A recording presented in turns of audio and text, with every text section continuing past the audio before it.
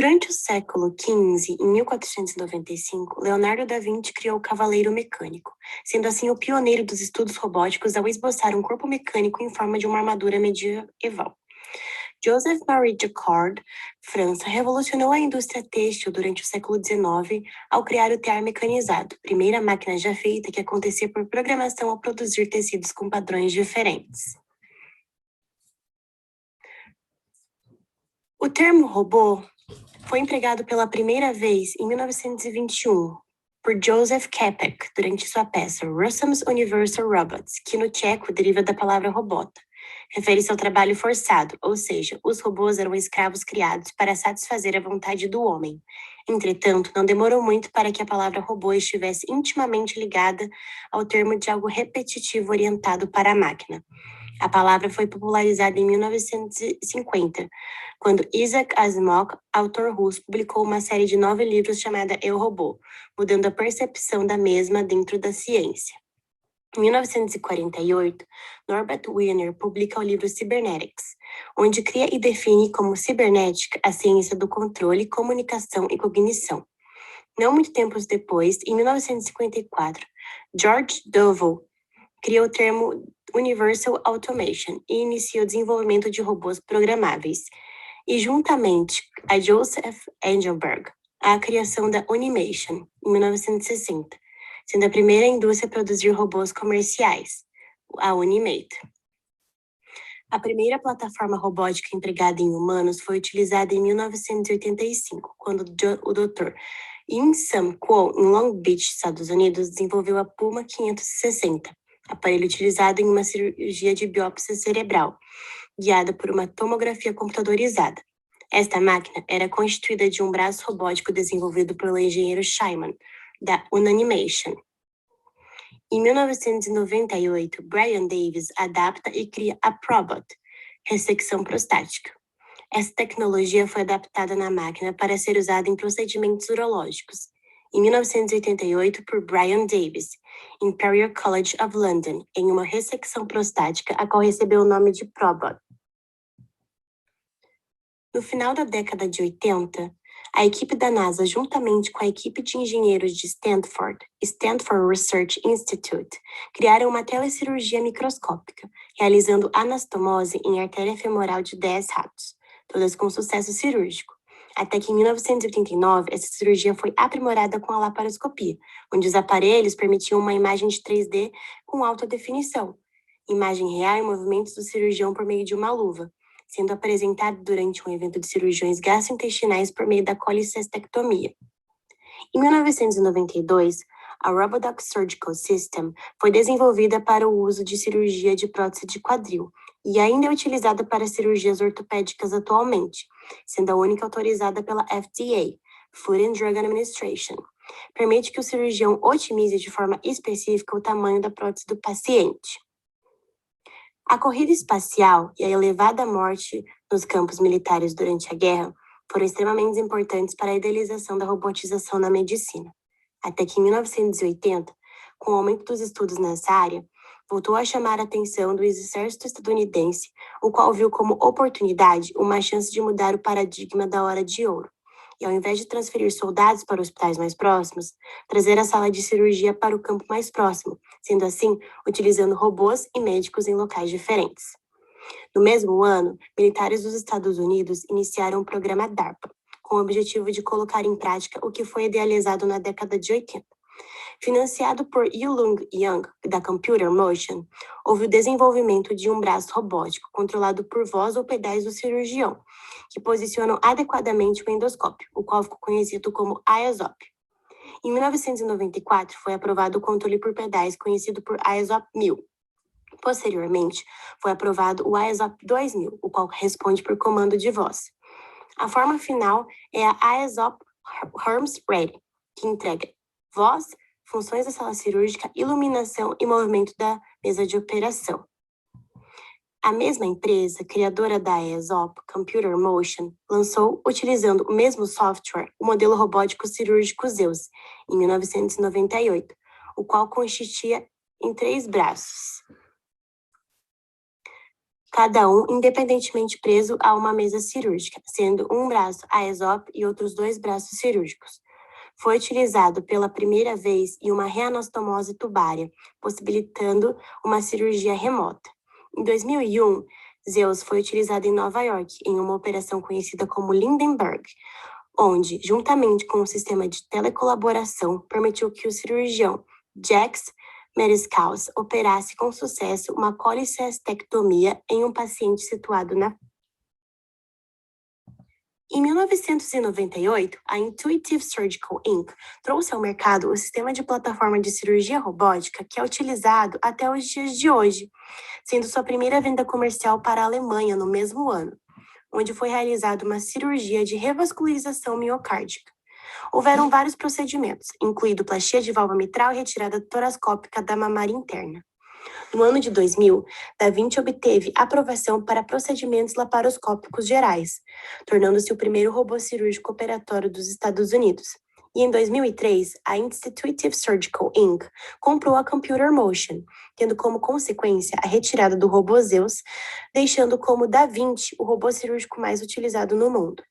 O carrinho do paciente possui de 3 a 4 braços robóticos, que funcionam sob comando do cirurgião, que utiliza imagens em 3D em um dos braços mecânicos do endoscópio e 7 graus de movimento em manipuladores manuais, incluído até em 360 graus.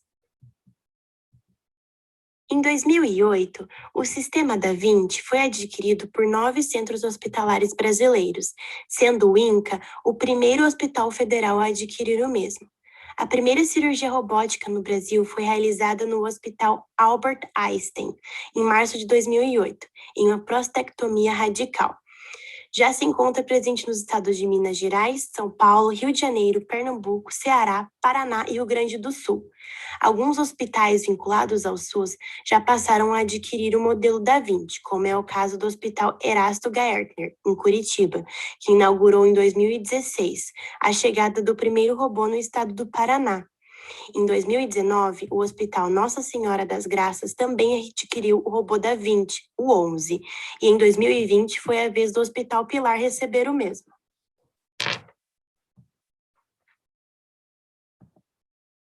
Com esse sistema Da Vinci, desenvolvido pela Intuitive, ele é composto por 3 grandes componentes, que é o console do cirurgião, a mesa do paciente com braços robóticos, sendo 3 deles instrumentais e um de controle, uma câmera endoscópica, e um carro de vídeo, onde que passa a cirurgia que está sendo executada pelo robô. E agora, eu vou enumerar direitinho os 3 componentes e suas características principais. Então, primeiramente, eu vou abordar sobre o console do cirurgião, que é onde o cirurgião fica propriamente dito, fora do campo estéreo. E o cirurgião deve se posicionar de uma maneira confortável, sentado ali. Isso é um dos pontos positivos da cirurgia robótica, que é a boa ergonomia, né? O cirurgião não tem que ficar em pé o tempo inteiro. E como já foi dito, o cirurgião fica fora do campo. E o controle desse instrumento é feito através de pedais e manípulos. E na frente, assim, tem um visualizador de alta resolução, que é composto por 2 telas de LCD independentes.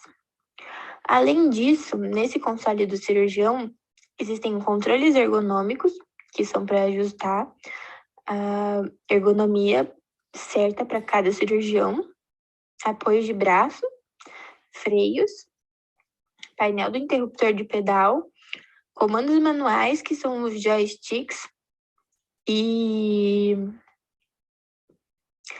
botões de alimentação elétrica e parada de emergência. E também tem o painel de toque, que é a interface do usuário no console do cirurgião.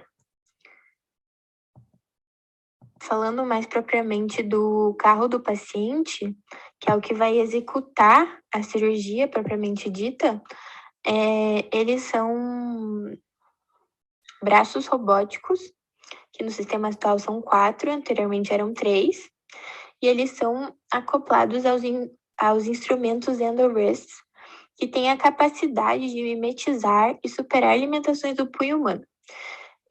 Esses instrumentais têm diversas funções: apertar, cortar, coagular, suturar e fazerem outras manipulações de tecido.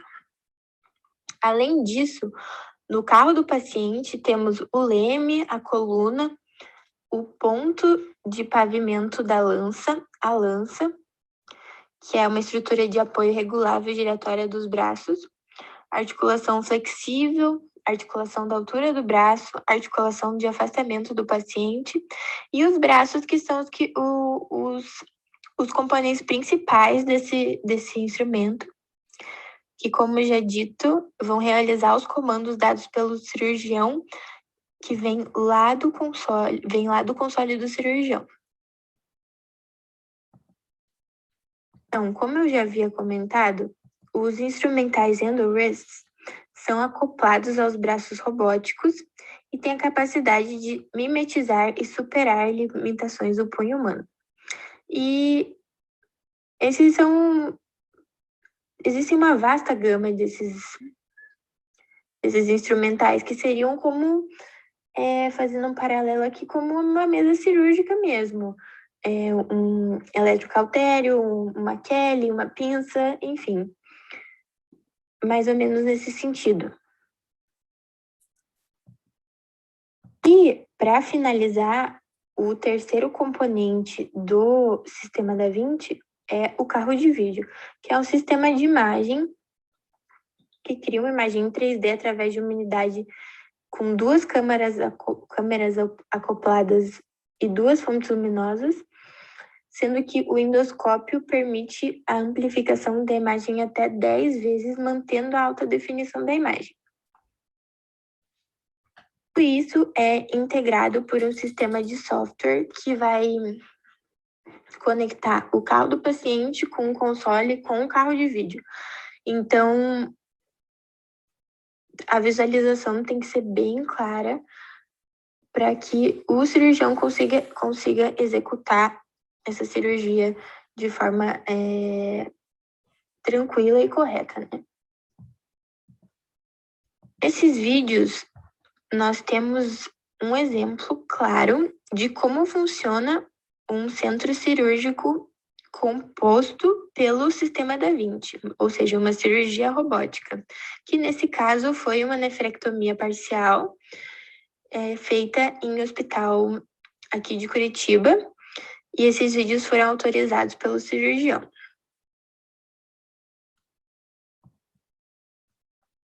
Só reforçando aqui o conceito, o centro cirúrgico nesse modelo funciona da seguinte forma: o cirurgião vai ficar no console, que fica fora do campo estéreo, e ele vai fazer os movimentos de uma cirurgia tradicional, que vão ser imitados pelo robô, que é o carro do paciente.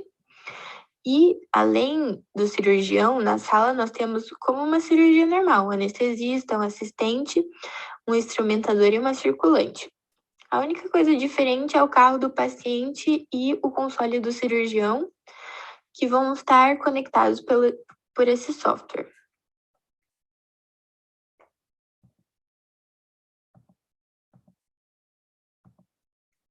Há todo um processo para capacitar o cirurgião interessado em começar nessa área. A certificação é concedida pela Sociedade Brasileira de Robótica e só é dada após 3 etapas de treinamento, que incluem a simulação, a observação de casos e treinamento em console desde o início da aprendizagem. A etapa 1 é mais o treinamento básico para o cirurgião, para conhecer tecnicamente o sistema robótico, acerca do modelo, componentes e seus instrumentos. Aqui, ela é dividida em treinamento teórico, por meio de vídeos no site da Intuitive, e treinamento teórico prático na plataforma robótica, em um centro de simulação. Aqui tem como objetivo identificar a anatomia do robô, as configurações e recursos da plataforma, assim como o posicionamento e possíveis problemas relacionados à máquina. E, ao final dessa etapa, é realizada uma avaliação, que só assim o cirurgião consegue progredir para a etapa 2, que é a fase pré-clínica do treinamento. Aqui envolve o desenvolvimento das habilidades psicomotoras do cirurgião, podendo ser realizada em simulação real, realidade virtual ou realizada em simulação em tecido orgânico, como carapaça de animal, cadáver humano ou animal vivo.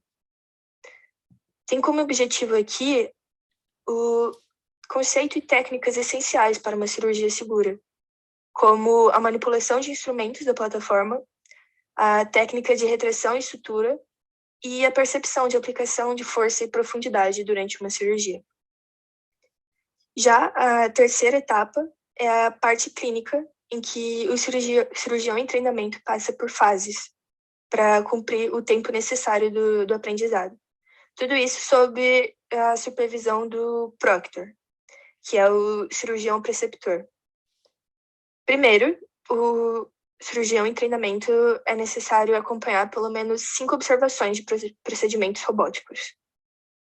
Feito isso, ele deve participar de pelo menos 10 cirurgias auxiliando o proctor. E, por último, ele deve realizar pelo menos 10 procedimentos sob tutoria do proctor. Então, é submetido à avaliação. Ao final dessa terceira etapa, o cirurgião recebe a certificação pela Sociedade Brasileira de Robótica, mas com apenas atuação no próprio hospital que foi treinado. Então, caso ele queira expandir para atuação em outros locais, outros hospitais, é necessária uma etapa extra de certificação, que é realizada pela própria Intuitive, com um custo de aproximadamente $4.000. E agora, trazendo o contexto de toda essa capacitação aqui para o Brasil, a gente tem no Rio de Janeiro o primeiro centro de treinamento da Intuitive, o IRCAD. Ele foi inaugurado em 2018, que até então era o único local no país a emitir essa certificação, que agora a Sociedade Brasileira de Robótica assumiu esse posto. Antes disso, antes do IRCAD, todo esse processo era possível apenas nos Estados Unidos. E agora, sobre os treinamentos em hospitais aqui no país, temos o treinamento oferecido pelo Sírio-Libanês, hospital que fica em São Paulo, com um custo de aproximadamente R$16.000. Também tem um hospital em Santa Catarina, que esse possui etapa no Hospital Erasto Gertner, com custo em torno de R$10.000. Também temos, mais oneroso aqui, o Hospital Einstein, com R$37.000 aproximadamente, o treinamento. Um custo bastante alto, só que talvez esse valor seja justificado por ser o maior hospital com plataformas da Vinci. Também ele é o maior hospital da América Latina e pioneiro nessa área, com 11 anos de história. E, além disso, ele é polo oficial da empresa, ou seja, ele é certificador oficial da Intuitive, aquela etapa extra para o cirurgião atuar em todas as áreas. E, para finalizar, quanto ao Einstein, ele também é o único da América Latina que oferece a certificação em programa de residência e pós-graduação. Esse método tem diversas indicações, e o primeiro delas foi feito mais como diagnóstico, mas também, além disso, a gente pode fazer a remoção de órgãos doentes, como a vesícula biliar, o apêndice.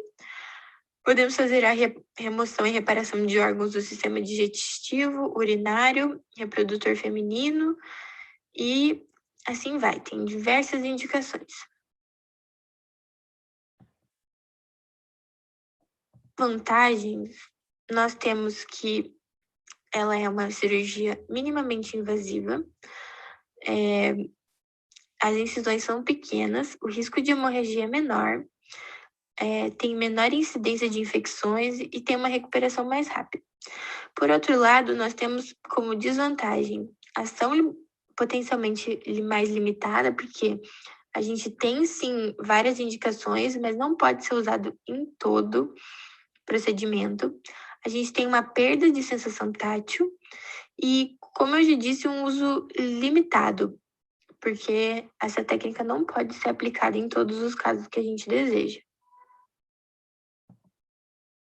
Então, da mesma forma que a gente comparou as vantagens e as desvantagens da videolaparoscopia, eu gostaria de fazer esse paralelo com a cirurgia robótica e falar um pouco também das vantagens e desvantagens, mas antes eu gostaria de falar um pouco das indicações desse procedimento, que são prostatectomia, nefrectomia, quase todas as cirurgias do aparelho digestivo e cirurgias de cabeça e pescoço.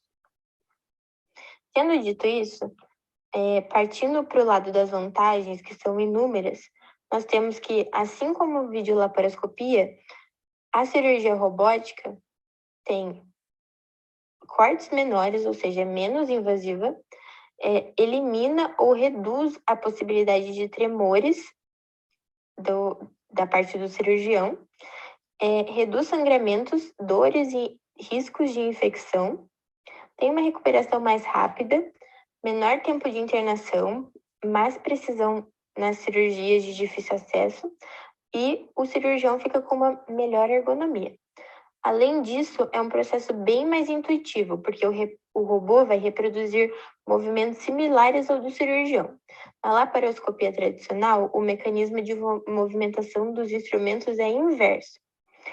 E, além disso, a imagem é tridimensional para os cirurgiões, sendo que na videolaparoscopia é bidimensional, 2D. E o mais interessante é que para um cirurgião se tornar experiente na cirurgia robótica, ele precisa de poucos procedimentos comparado com um cirurgião de cirurgia aberta. Ou seja, a curva de aprendizagem é curta, sendo que, de acordo com a literatura, isso tende a diminuir mais ainda, visto que a maioria, com o avanço dos anos e a instituição dos videogames como método de lazer, isso tende a cair, porque é uma coisa meio que similar, assim, dadas as devidas proporções, um videogame com um robô que você dá os comandos e ele executa. E, para finalizar as vantagens, nós temos a segurança, que o robô não faz nada sozinho. Então, qualquer movimento realizado por ele foi feito pelo cirurgião no console. No entanto, diante de ações imprevistas pelo cirurgião, a tecnologia aciona um comando de segurança que trava provisoriamente a máquina, evitando danos no paciente. Por isso que ela é muito segura. Agora, partindo um pouco para as desvantagens, nós temos que o custo, como já foi abordado ali no treinamento, é um custo bem elevado, então não é acessível para todo médico. Nós temos manutenção e que são também caras, instrumentos adicionais que também têm um valor pesado.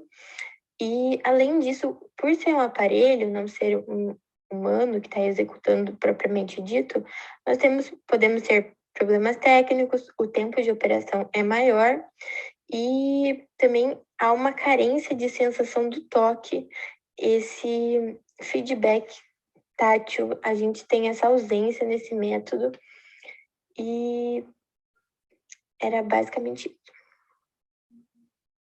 Agora, fazendo um paralelo entre cirurgia robótica e laparoscópica, nós temos que a cirurgia robótica tem maior precisão, melhor ergonomia e é mais intuitiva. E comparando a cirurgia robótica com uma cirurgia aberta, nós temos que a cirurgia robótica é menos invasiva, reduz dores, sangramentos e riscos de infecção e tem a recuperação mais rápida e um menor tempo de internação, ou seja, não tem nem como comparar, né, esses fatores que influenciam muito na melhora do paciente.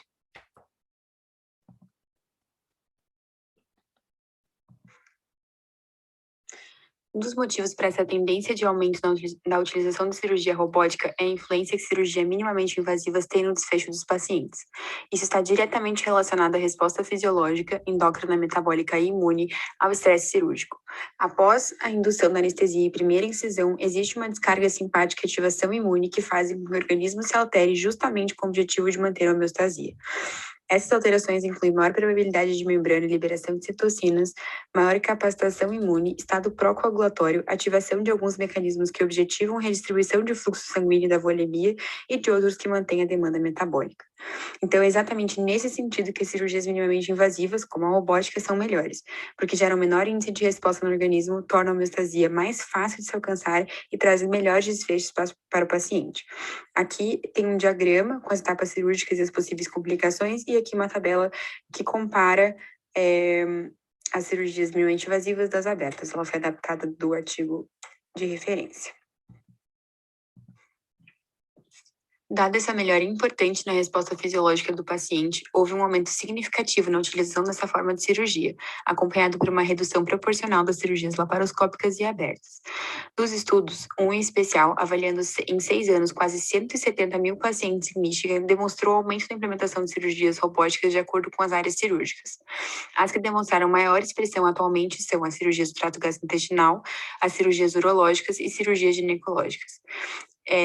Essa tabela, ela mostra comparativamente anos de 2012 até 2018 e a porcentagem de diferença, e o gráfico mostra o aumento de cirurgia robótica e a queda das cirurgias abertas e laparoscópicas. Das indicações de cirurgia robótica, a primeira é a hernioplastia. As hérnias são definidas como uma protuberância causada pela saída de conteúdo do abdômen a partir de uma área mais frágil, de etiologia congênita ou adquirida. Elas podem acabar gerando obstrução e necrose do tecido intestinal e, nesses casos, a importância de serem tratadas cirurgicamente. A hérnia inguinal é a mais comum delas e sua reparação cirúrgica é um dos procedimentos mais comuns do mundo, que vem sendo amplamente realizados a partir de cirurgia robótica. As vantagens para os pacientes são menos complicações intraoperatórias e cicatriciais, menor tempo de internamento, menor taxa de recorrência e dor pós-operatória mais facilmente controlada. Em relação ao cirurgião, as cirurgias realizadas através do Da Vinci trazem mais facilidade na dissecção da parede abdominal, das estruturas intracorpóreas, maior liberdade de movimento e ergonomia, além de maior definição de imagem. As desvantagens acerca do procedimento são relacionadas ao tempo de operação e aos custos.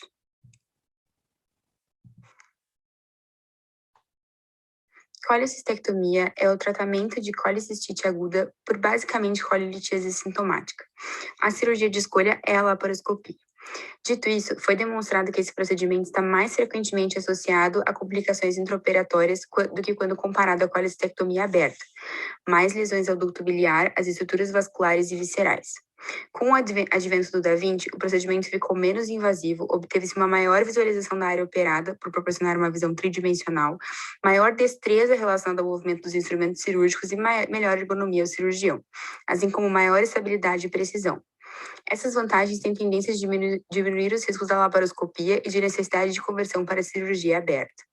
Além disso, a colicistectomia por portal único, realizada com Da Vinci, mostrou diminuir ainda mais a agressão cirúrgica, obtendo melhores resultados estéticos e causando menos dor no pós-operatório. Aqui tem a incisão de Kocher, que é quando a cirurgia é realizada de maneira aberta, e daí as multi-incisões ou a incisão de portal único, que fica no umbigo, quando é realizada com Da Vinci.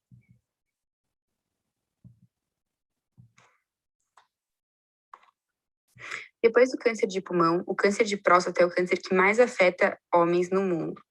A proximidade da próstata com estruturas vasculares, músculos e rede nervosa demanda precisão extrema em sua retirada. As prostatectomias realizadas com Da Vinci geralmente requerem 6 pequenas incisões de 1 centímetro e têm benefícios importantes.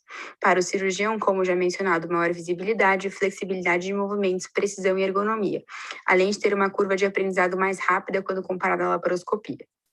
Então, aqui nesse slide, as incisões da cirurgia aberta e as 6 incisões do Da Vinci.